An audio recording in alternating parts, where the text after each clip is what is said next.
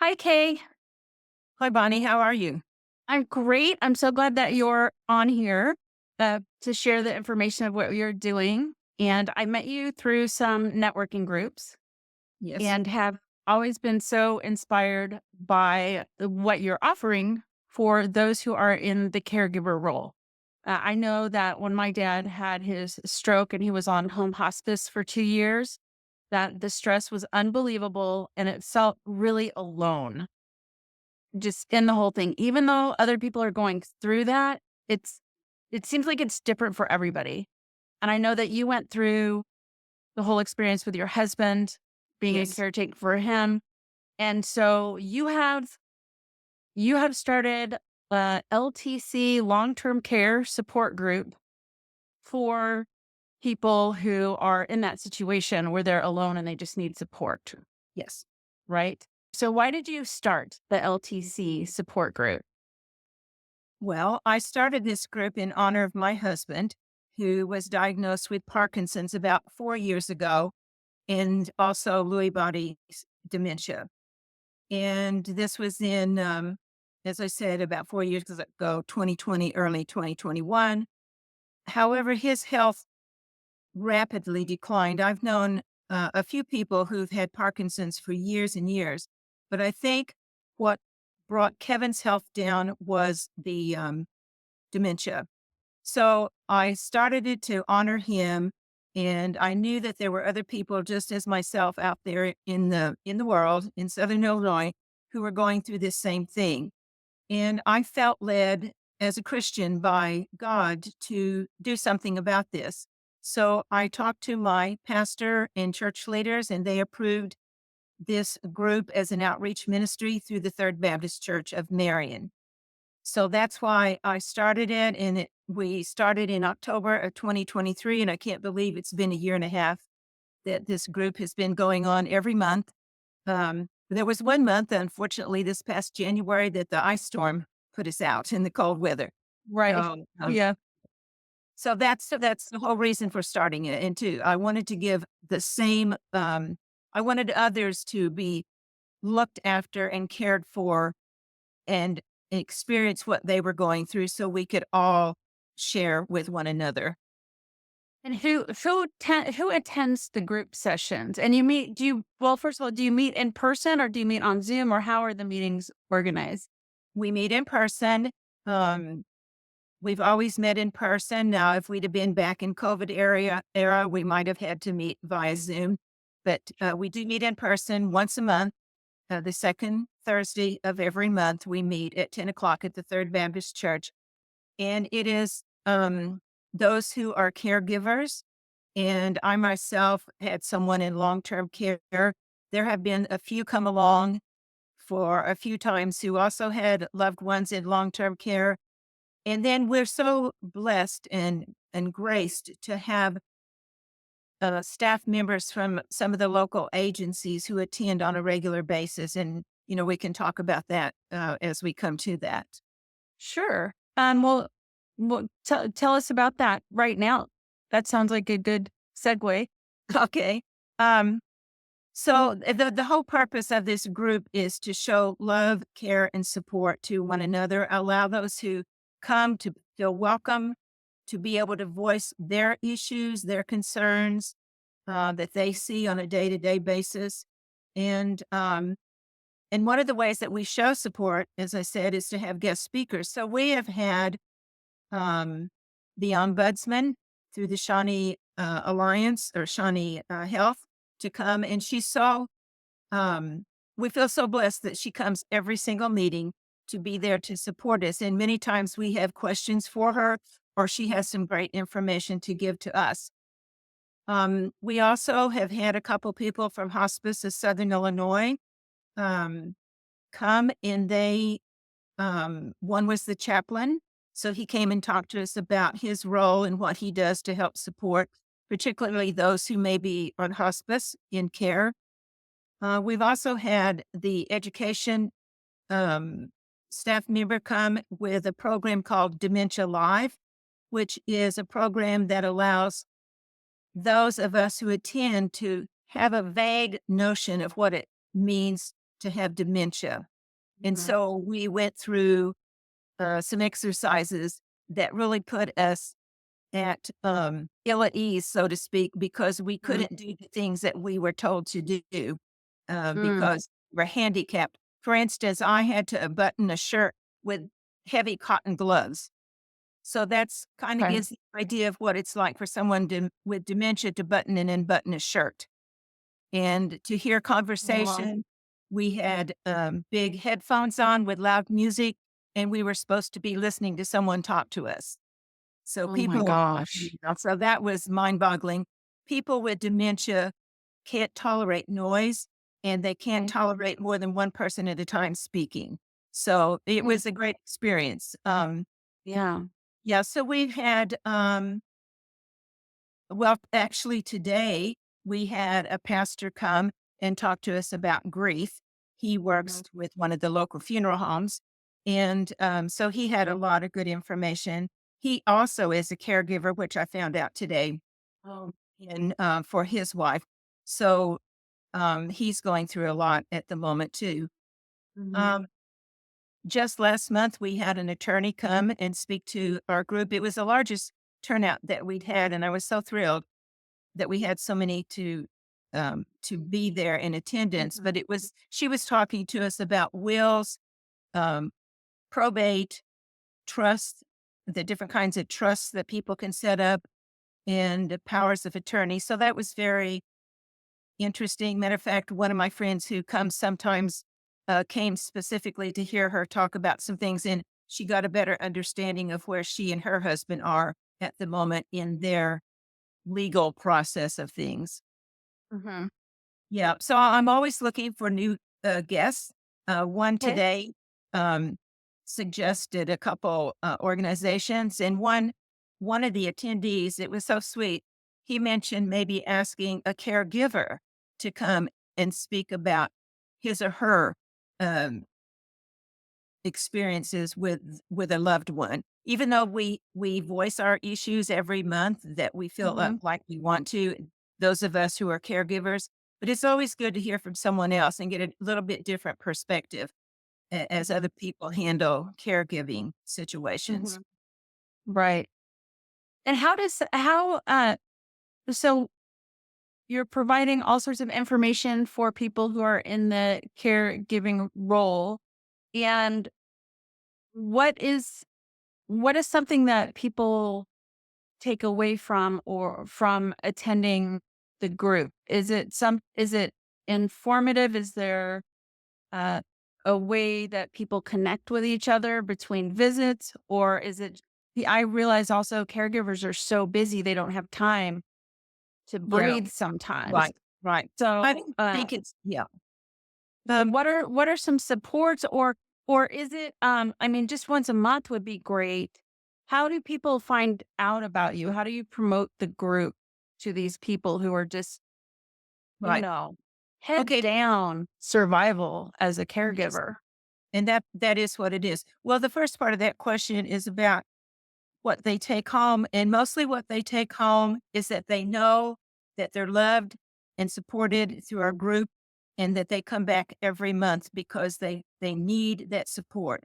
They need whatever the topic is, or they need to voice their issues. And and almost everyone does that every month, those of us who are in that situation. And it's also great too because those agencies who come also will give a bit of information that we all can take home with us. Nice. Um, how I advertise, like this is one example. I just go out to different organizations. I have been guest speakers at women's clubs, Rotaries. I have spoken briefly at chamber meetings, and so I'm just trying to find as many organizations as I can to be a guest speaker. And that's something I feel like maybe I'm falling back on a little bit, finding the time to get out to meet up with some people. I have some on my list that I need to touch base with again. Mhm. And, but having something like this that can reach out to quite a few people is another tremendous way. And also being at the BNI yesterday. that was great that I was invited to attend that. So, um, yeah, so there are a lot of different avenues that I kind of reach out to, and word of mouth to neighbors and things of that sort. And of course, Yeah. on Facebook, I put a notice out on Facebook every month. We have a Facebook private group that I send out messages as reminders and things of that sort to those who attend regularly. So there are a Mhm. lot of different avenues for reaching out. What is the best way for somebody to find when the next meeting is? Is it the Facebook group or is there a website or There is no website at the moment. okay. The best way is just to check if you're on Facebook, check your Facebook because I send it out to the public. So anyone should be able to see it. Where would they find you on Facebook? And I might put a link on here. I might put a link under here, um, Well, they would when I find me post it. Okay. under my name. Okay. Um, and I guess I would need to give that to you in order for them to find me. Yeah, Um, I can put that on the when I post this, I can post that under the okay, so post if on they're looking YouTube. for me on Okay. Facebook and want to send a private message or something to me, it's listed Okay. as K. Kennard Jameson. Okay. Yeah, And and I'm I'll put a link to your Facebook on there so somebody can click that and right. reach out to you from there as well. We can do that Right. afterward. All Okay. right. Yeah. Yeah. Yeah. And I'll send that information to you. Yeah. So that's Okay. kind of what we do. You know, as I said, the whole purpose is to provide support, to provide love. And there's so many different ways to show that love, whether it's, you know, through the group. Some of us do contact each other throughout, between meetings. Mhm. Some of us attend the same church, so we're able to touch base there. I do make an announcement probably every other Sunday about the group, and our church is so great to put it on their overhead screen bulletin announcements, Mm. points for the week, and so that's always announced. And if it's the week coming up, then the announcer will make a special announcement about what the topic is and that sort of thing. So the word is getting out there. It's just, I think it's very difficult for those who are caregivers to actually leave their family member Right. and be able to come to the support groups. Right. That's Yeah, so true. It is incredibly hard to do that when you're in the midst of it. yeah, Uh, that's true. yeah. Is there anything that you would ask from the people watching this that they could think about of people who are caregivers or anything that you would recommend for those who maybe aren't caregivers right now and how they could support those who are caregivers? Well, um, if they aren't a caregiver, or even if they are, um, they would be more than welcome. I would love anyone and everyone to come and attend the support groups because I Hmm. feel like a person can learn a whole lot. And if a person might be a potential caregiver, there is much to be learned that way.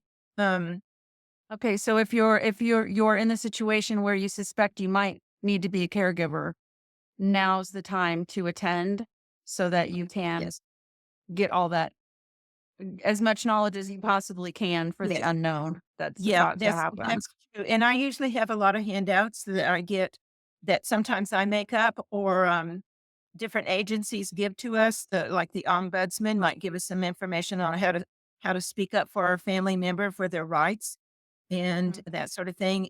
That's And I have important. certainly done that before. Sure. Yeah, so you do need to stand up for your rights. Um, and if they are a caregiver and can find someone to give them a bit of respite and sneak away for an hour or so, that would be fantastic. I do have business cards that I hand out everywhere I go. So that helps some as well. Mhm. Um, yeah, so a website might be a good idea as well. That's just something my brain has not ventured down yet. Right? Well, I think it's great what you're doing and your outreach is amazing how far you get out in the community and how many places you get to. N Also, just that you're having this because it's so important, and there's so many people who are caregivers that you wouldn't know that they're Oh, caregivers because it's not absolutely. something anybody talks about. That's right. You just deal with it. You deal with it, So, and I'm finding out from those sometimes some of my Sunday school class members attend to support me, but they all put in great conversation and input to when they cared for a family member and said, "Oh, I wish I'd have known that when I was caring for my mother or my dad, or I wish yeah. there'd have been a group like this for me then." So that helps, and they can spread the word as well. Yeah, when my dad had his stroke, we hadn't had his, power of attorney or will set up right. They had flown him from Illinois to Missouri, from Carbondale to St. Louis, which is common for us to have that happen, but because it was a different state, there were legal things that we hadn't taken care of, so we went through this whole, we were in emergency mode anyway, so we had to go through this entire legal situation, and we didn't know who to ask, who to talk to, and just having this resource would have been so amazing to know, well, I can reach out and I can ask, do you have somebody who knows about this? I ended up being finding somebody in my network of people, so I was very fortunate, but I know there are others who are not so fortunate, and Yeah. it's very scary, period. It It is, yes. It is very yeah, scary, and it's so important to plan for the future, especially mhm, in legal matters, yeah, as wills and trusts, and knowing right, which trust to set up. And because a lot of people, if they end up in long-term care, may not have the funds to pay private pay. And right, then those people have to go on Medicaid, and that's a huge process in and of itself to right, understand. So it is, I would advise people, in their 40s and 50s to really be thinking about the future, either for their own parents or for themselves as they grow older, and make yeah, sure that they have things set up in right. regard. Yeah, because they thought they were set up is the irony. Right. They were set up. They thought they were set up, but when the rubber hit the road, it was not it was not set up. Yeah. And so, so probably getting a second opinion. If you think you're set up, get an opinion from somebody else and maybe somebody who's affiliated with your group who really specializes in that because they did have a lawyer who set them up with different aspects of aging. Mhm. And so that was part of the trauma of it, if you will. Right, and because So, it doesn't hurt to take what you have to another lawyer for a mhm, first time conference, just to right, see what they do have set up is going to be applicable in their best interests, right, for and a sure. Yeah. myriad of so many different things that could Oh, happen. Well, absolutely. oh my goodness. Okay, so we will have, I will make sure to have your contact information at the bottom of this video. It's going to be on YouTube and it will be shareable in the next week or so after we actually do this interview. So I'll be sure to get your contact information Mhm. from for how people can reach out to you on Facebook. And Sure. then when you do have another way to reach people, just let me know and I will update that because Okay. this is going to be on there for on YouTube for a long time. And I expect your group is going to do nothing but grow as you're supporting more and more people. Well, So yes. really appreciate. Yeah, thank you, and I hope that it does. I will be um, a brief guest speaker at the Pioneer Coalition Convention in Carbondale on April the 9th, 2025. Then I am hoping will also be enough people there, gerontologists and others who hopefully will be able to spread the word on my behalf as well. So I'm Yeah, looking forward for to that. sure. That's so great. Thank you so much for being on here and thank you for all that you're doing. Yeah, thank you. And thank you for having me as your guest, Bonnie. I appreciate it. My pleasure.